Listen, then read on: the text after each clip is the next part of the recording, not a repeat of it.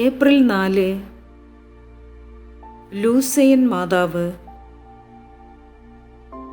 21 വയസ്സ് പ്രായമുള്ള മാരി ഫ്രാൻകോയിസ് ഡെക്കോർട്ടഡിന് 2 പ്രാവശ്യം മാതാവ് പ്രത്യക്ഷപ്പെട്ടു.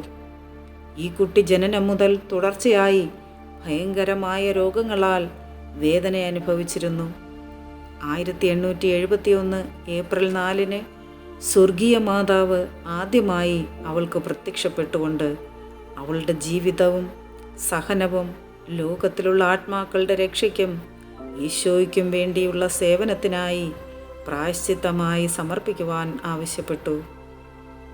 വെള്ളവസ്ത്രം ധരിച്ച് നെഞ്ചിൽ കുരിശും പിടിച്ച് 1872 മെയ് 9 മാതാവ് 2-ാം പ്രാവശ്യം പ്രത്യക്ഷപ്പെട്ടിട്ട് ഈ ലോകത്തിലെ അവളുടെ വേദന അവസാനിപ്പിച്ച് സ്വർഗീയ ലോകത്തിലേക്കുള്ള വഴി ഒരുക്കി ശാശ്വതമായ സന്തോഷവും അനന്തമായ പ്രതിഫലവും വാഗ്ദാനം ചെയ്തു.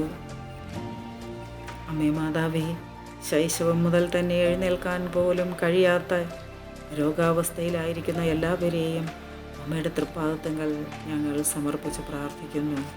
Ave Maria.